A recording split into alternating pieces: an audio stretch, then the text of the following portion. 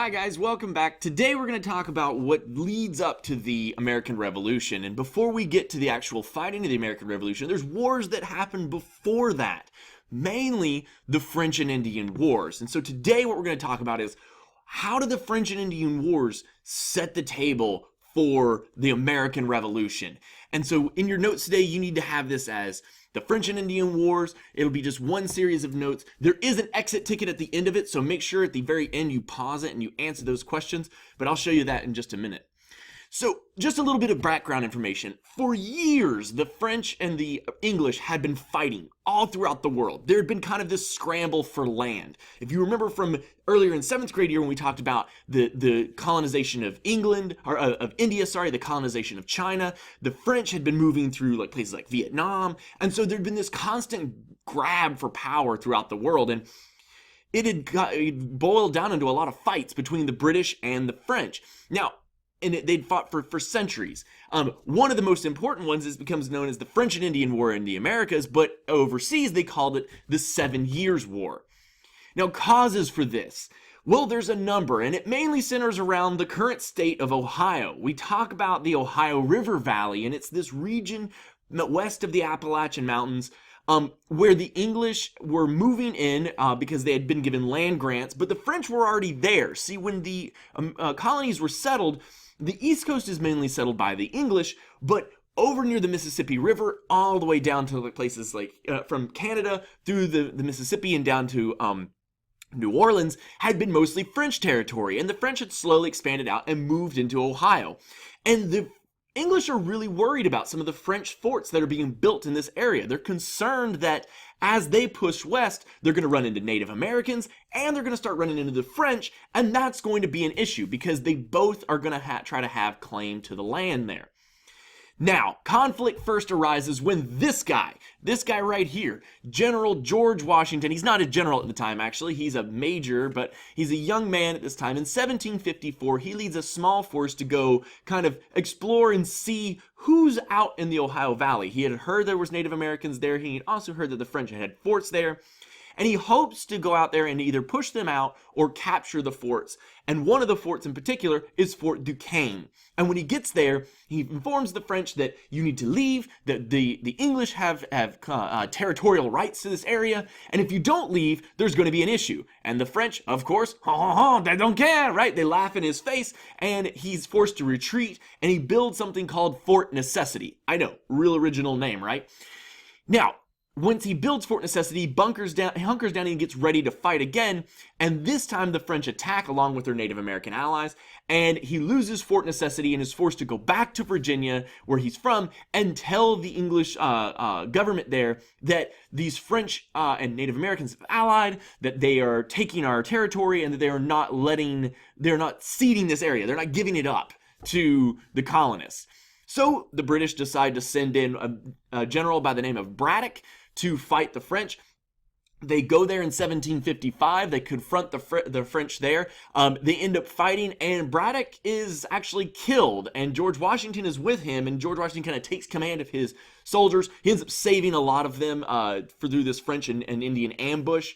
And as a result, once General Braddock is killed, the English officially declare war on the French in 1756. Now, here's an important thing to remember, and this is something we don't talk about a lot because it doesn't necessarily have to do with American history, but this is kind of seen by a lot of historians as the First World War, meaning while the majority of the fighting is going on in the colonies and what we think of as the modern-day United States, if a French vessel sees a British vessel floating around in the ocean, they're going to fight each other. So literally they are fighting anywhere around the world at any given time. It's not just a colonial war, it's a world war between these two countries and their territories.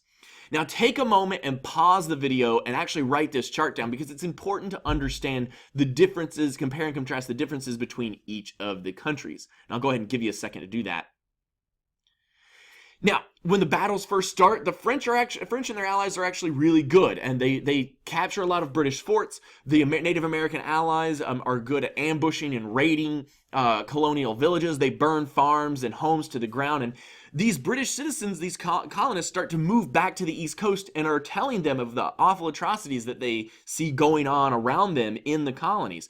And so as they move back. This is getting people more and more and more worked up to fight the French and the British, or French and the Native Americans.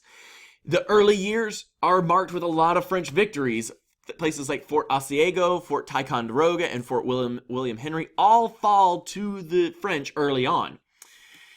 Now, the turning point of the war, it happens when this guy gets involved. He's the British foreign minister, but his name is William Pitt. He helps turn the tide in 1758, mainly because he goes to the other Native American tribes that are in the region, and he makes peace with them for the first time ever. And when he does, he also starts getting kind of tactical fighting strategies from them. So he's learning how to ambush, how to have a surprise attack, how to travel at night and be quiet as you're moving and leave no traces of your tracks.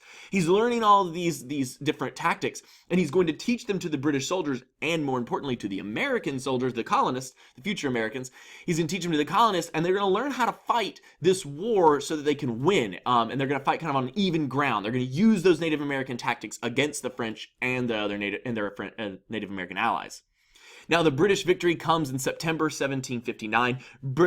British General James Wolfe leads a surprise attack on Quebec, where you might be going in 8th grade, and the British victory at Fort Niagara cut off the French frontier forts, and it leads to the eventual victory, because once the British lose Quebec and they lose Fort Niagara, they are kind of cut off, they're isolated, and they're forced to retreat and give up. And so they lose the war and the British win.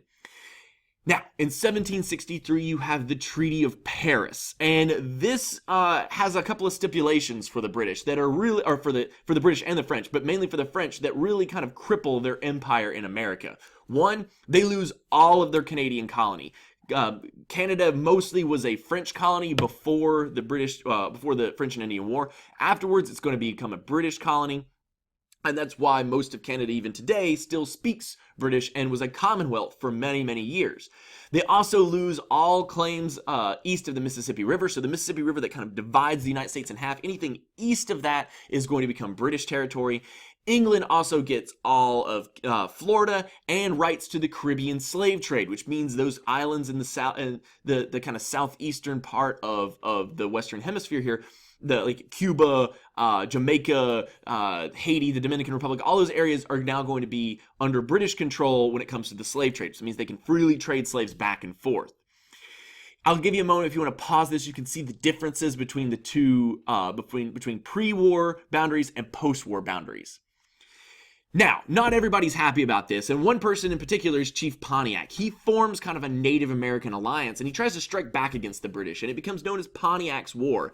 But it ends in 1765 with his defeat.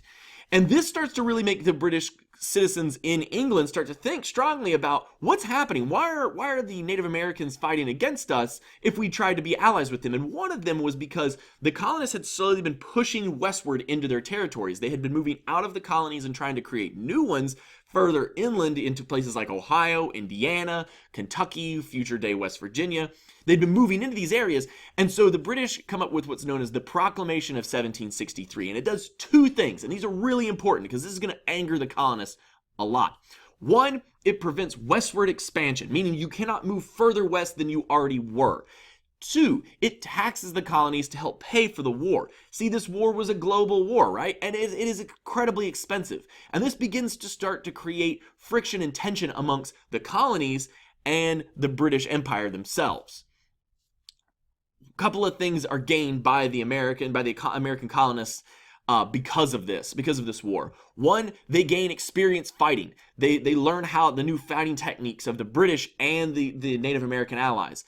They also learn get leadership by this guy, General Washington. He becomes kind of a mega rock star at this time. They also gain knowledge that the British are not invincible, that while they're one of the biggest militaries in the entire world, remember, the French had been dominating the first 3 years of the war. They also get what's known as the Albany Congress, which we'll talk more about in class, but understand it's the first time the colonists all kind of get together as a kind of a legislative body and start to talk about grievances and things and policies they'd like to do. So it's the first time the colonies all are kind of bound together. Now, before you leave, you do need to answer this video exit ticket. What I want you to answer each of these 3 points in complete sentences at the bottom of your notes. 1, what impact do you think the French and Indian Wars have on the colonies? 2, why was the Proclamation of 1763 so unpopular with the colonists? And 3, what did the colonists gain from the French and Indian War? Make sure you have those at the bottom of your notes. If you have any questions, make sure you also put those at the bottom of your notes. And we will talk much more about this tomorrow in class, and you'll get to see a little bit more of how this starts to lead to the creation of independence and this push, this drive for separation from Mother England. Until then, have a great rest of your day. Bye, everybody.